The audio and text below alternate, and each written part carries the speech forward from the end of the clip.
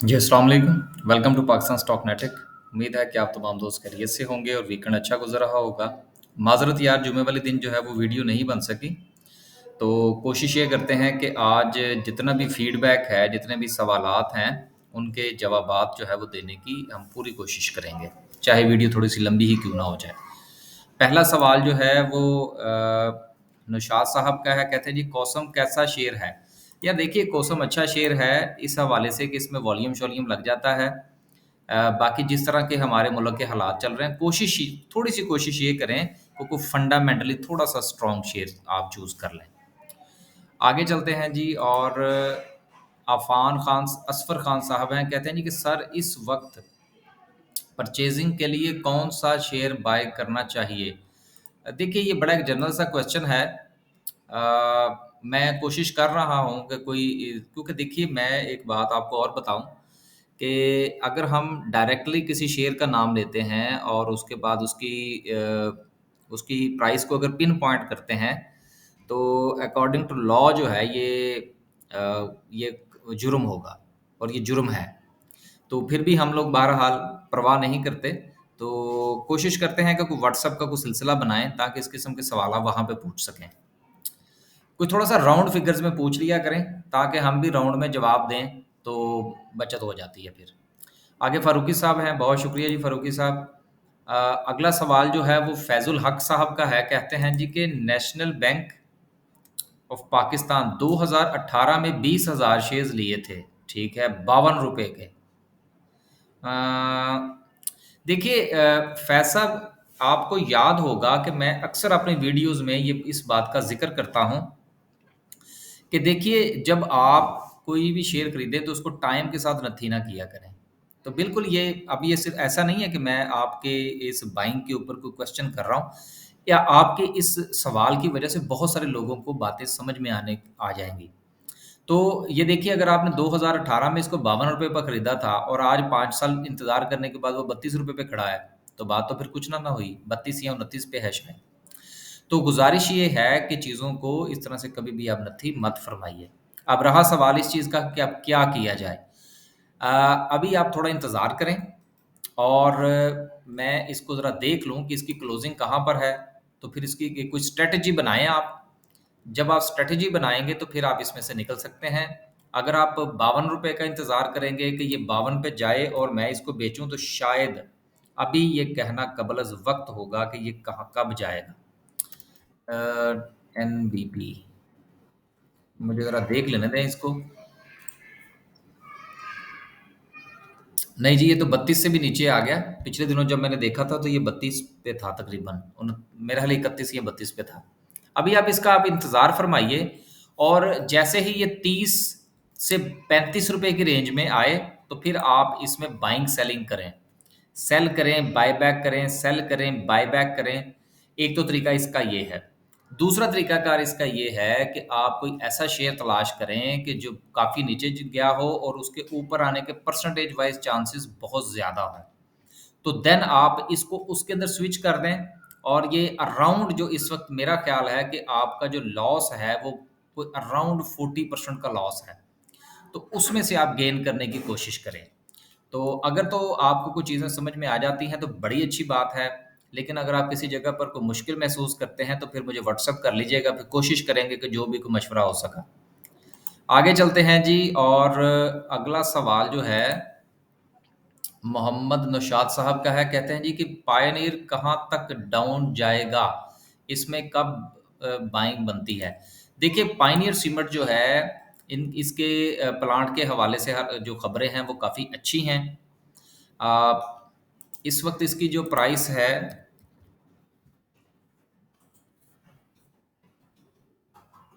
₹62 पर खड़ा है। 60 से नीचे मिले तो इसकी बाइंग शुरू की जा सकती है।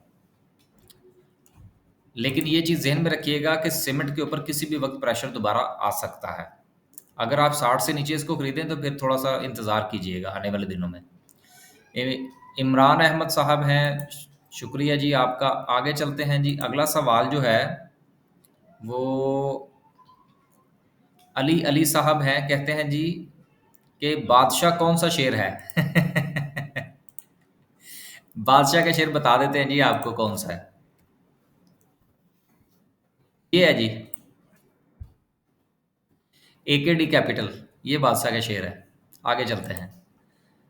ये वैसे ही हमारा उनके साथ ज़रा थोड़ा-सा है, वैसे कि आप जी, बादशाह की बात हो गई। अच्छा, आगे चलते हैं जी। अदनान साहब हैं, कहते हैं जी कि I like your videos because these are not to the point, these are to the point.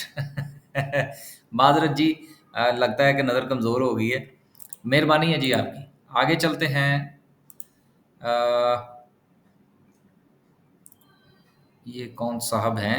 मेसम भट्टी साहब हैं, कहते हैं जी कि ये अब वीडियो जो आप अपलोड कर रहे हैं बहुत ही ज़बरदस्त सिस्टम है। आपकी भी ठीक है, बहुत शुक्रिया सर आपका। आगे चलते हैं जी। नौशाद साहब का दोबारा से है, ठीक है। अमीन साहब हैं कोई, सॉरी अजीम साहब हैं, कहते हैं सर किस दिन मार्केट पॉजिटिव होगी? सर जिस दिन बड़े मान जाएंगे उस दिन जो है वो मार्केट पॉजिटिव हो जाएगी। अब ये ना पूछिएगा बड़े कौन है, क्योंकि अभी इन दिनों मैं पाकिस्तान में हूँ। जब पाकिस्तान से बाहर चला जाऊंगा तो फिर पूछ लीजिएगा बड़े कौन है, मैं बता भी दूंगा। आगे चलते हैं जी। अजीम भट्टी साहब दोबारा से हैं, सर बहुत नुकसान हो गया है, रिकवरी होगी, हो जाएगी सर, नुकसान हो गया है। अब यहाँ पे लॉस ना बुक कर लीजिएगा कहीं। उबास अब्बास साहब हैं, शुक्रिया आपका भी शुक्रिया जी। अगला सवाल जो है उस्मान उस्मान ओ सॉरी उमर भाई साहब हैं, कहते हैं जी कि जो दे उसका भी भला, जो ना दे उसका भी भला। इस सर्विस पर, अच्छा सर इस सर्विस पर गौर फरमाइए। ठीक है सर, बड़ी मेहरबानी। शुरू करते हैं इंशाल्लाह। और उसका नाम ही हम ये रखेंगे कि जो दे उसका भी भला और जो ना दे उसका भी भला। करते हैं जी शुरू इंशाल्लाह। क्योंकि वीडियो में यहाँ पर पब्लिक फोरम पर जो है अकॉर्डिंग टू लॉ जो है ना security exchange commission of Pakistan का, उसके मुताबिक हम किसी शेयर के ऊपर पिन पॉइंट नहीं कर सकते, उसके बारे में इस तरह से बात नहीं कर सकते। हाँ, अलबत्ता कोई रिसर्च वगैरह हो तो उसको शेयर किया जा सकता है। लेकिन हमारे यहाँ जो है वो इस तरह की बातों के बावजूद भी दोस्त अहबाब जो है वो पूछ रहे होते हैं कि जी वो आपकी बात समझ में नहीं आई। मोहम्मद काशिफ साहब हैं, कहते हैं जी कि आगा का बता दें 21 की बाइंग है, होल्ड करूं या सेल? नहीं सर, अगर पैसे हैं तो थोड़ा सा और खरीद लें। आगे मुगल साहब हैं को कहते हैं जी कि भाई बादशाह कौन सा शेर है? ये मैंने अभी बता दिया जी थोड़ी देर पहले। आगे चलते हैं जी। अ, हामिद रजा साहब हैं। आगे चलते हैं। फैजुल हक साहब हैं, कहते हैं जी कि फीस लिया करें 1500, जब हम सीख जाएंगे तो 5000 भी अदा कर देंगे, ज़्यादा शेयर्स नहीं, एक दो को शेयर। ठीक है सर, सोच रहे हैं सर आपके इस सजेशन के बारे में इंशाल्लाह। आगे है जी। काशिफ अली साहब हैं, ये सब ढकोसले हैं, गिरती मार्केट की कोई सपोर्ट नहीं होती। ये गुरुज कल कह रहे थे कि मार्केट रिवर्स हो गई है। बाकी यूट्यूब पे पेड सर्विसेज और सिग्नल बेचने वाले अगर खुद इतने कामयाब इन्वेस्टर हों तो यहाँ बैठ के सब्सक्राइब और लाइक की भीख ना मांगते हों। इन सब का काम एक जनरल ओवरव्यू देना है, जो एक बिगनर भी चार्ट रीड करके दे सकता है। बड़ी अच्छी बात कही जी आपने, बिल्कुल सही फरमाया काशिफ साहब। आपकी सारी बातें दुरुस्त हैं और किसी भी बात से इख्तलाफ नहीं है, माँ सवाए इस बात के जो आपने यहाँ पर फरमाई कि सब्सक्रिप्शन और लाइक।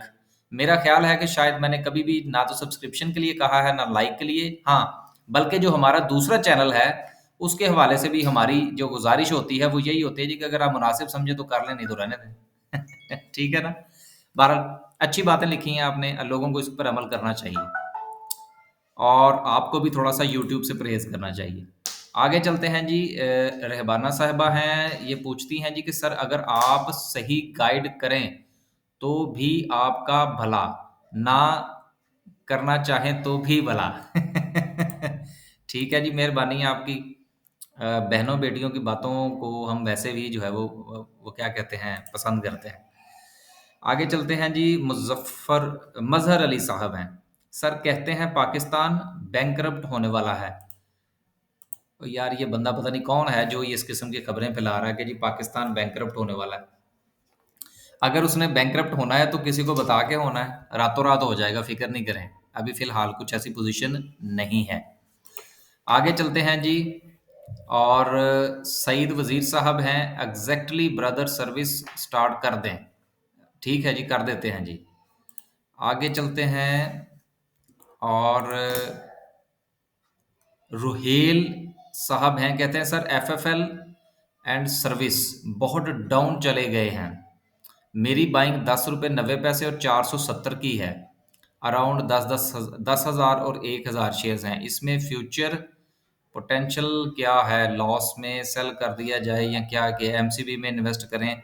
Please advice. देखिए, जहाँ तक ताल्लुक है ना सर्विस का, सर्विस इंडस्ट्री को तो आप जो है 470 रुपये की आपकी बाइंग है, उसको आप कन्वर्ट कर लें एमसीबी में।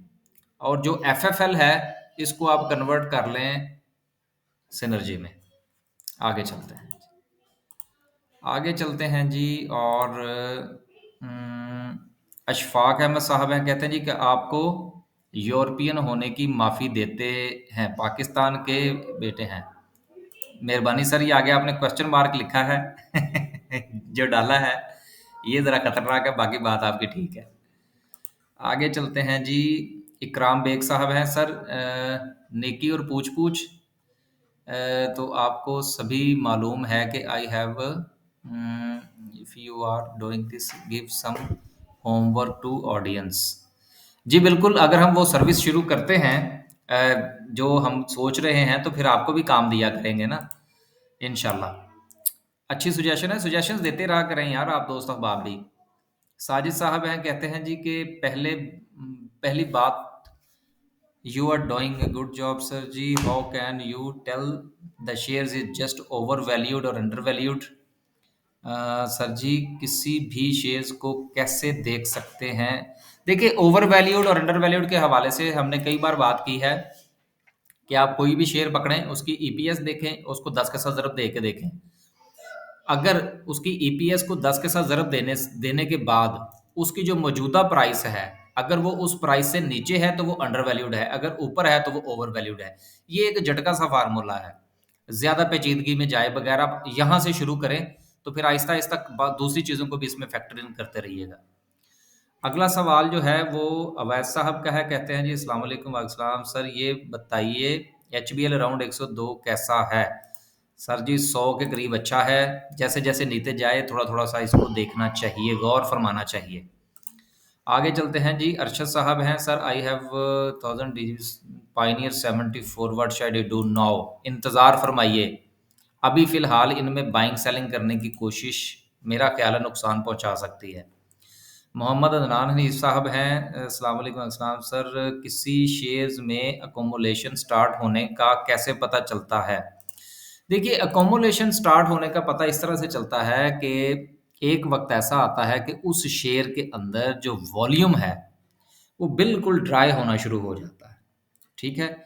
और फिर जब वो एक बार ड्राई होने के बाद उसमें दोबारा से पत्ते निकलने शुरू होते हैं, तो फिर पता लगता है कि भाई किसी ने इसकी खरीदारी शुरू कर दी है। लेकिन ये जो अकोमोलेशन वाला काम है ना, ये सर हम जैसे छोटे इन्वेस्टर्स के लिए नहीं है। ये इंस्टीट्यूशनल बाइंग होती है, जो अकोमोलेट करते हैं। हम कितने खरीद लेंगे? 2,000, 10,000, 50,000, लाख, इससे ज़्यादा तो हम ऊपर नहीं जा सकते। तो इससे जो मिलियंस का वॉल्यूम होता है उसके ऊपर तो कोई फ़र्क नहीं पड़ता।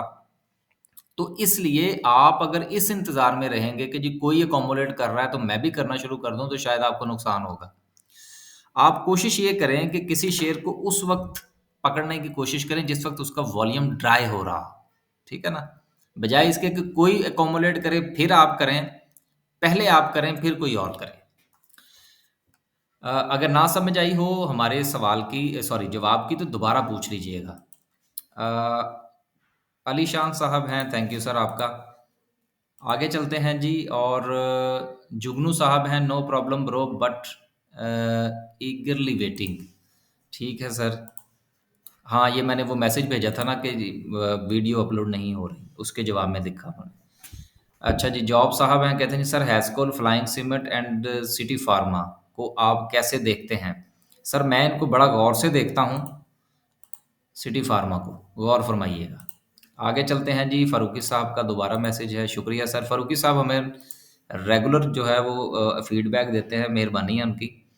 सना साहिबा हैं, कहती हैं आज 13 मई जुमा को माशाल्लाह से मार्केट ने 600 पॉइंट्स ऐड किए हैं लेकिन स्क्रिप्ट के रेट नहीं बढ़े, इसकी क्या वजह है? Very good. देखिए, ये हमारी बहन ने बड़ा अच्छा सवाल पूछा है कि जी 600 पॉइंट्स तो पड़े हैं लेकिन हमारे शेयर्स में इतना फ़र्क नहीं पड़ा, इसकी क्या वजह है? देखिए, हर जो इंडेक्स होता है मार्केट के, आप देख लिए मोटे-मोटे से हम जो है वो 3 इंडेक्स देख लेते हैं। मसलन एक जो है वो है केएसई 100, ये ज़रा समझ लीजिएगा, ठीक है? एक जो है वो है जी केएमआई 30, ठीक है जी? फिर आप देख लीजिए ऑल शेयर। अब देखिए, अगर केएसई 100 के अंदर जो है वो 600 पॉइंट्स का इजाफा हुआ है, तो ये ज़रूरी नहीं है कि इसके अंदर वो तमाम कंपनीज शामिल हों जो केएमआई 30 में से भी शामिल हैं। तो इसलिए, लेकिन ये केएसई 100 की तमाम कंपनीज जो है वो ऑल शेयर में ज़रूर शामिल हैं। तो बाज़ औक़ात होता ये है कि हमारे पास जो शेयर होता है, उसका ताल्लुक होता है ऑल शेयर के साथ।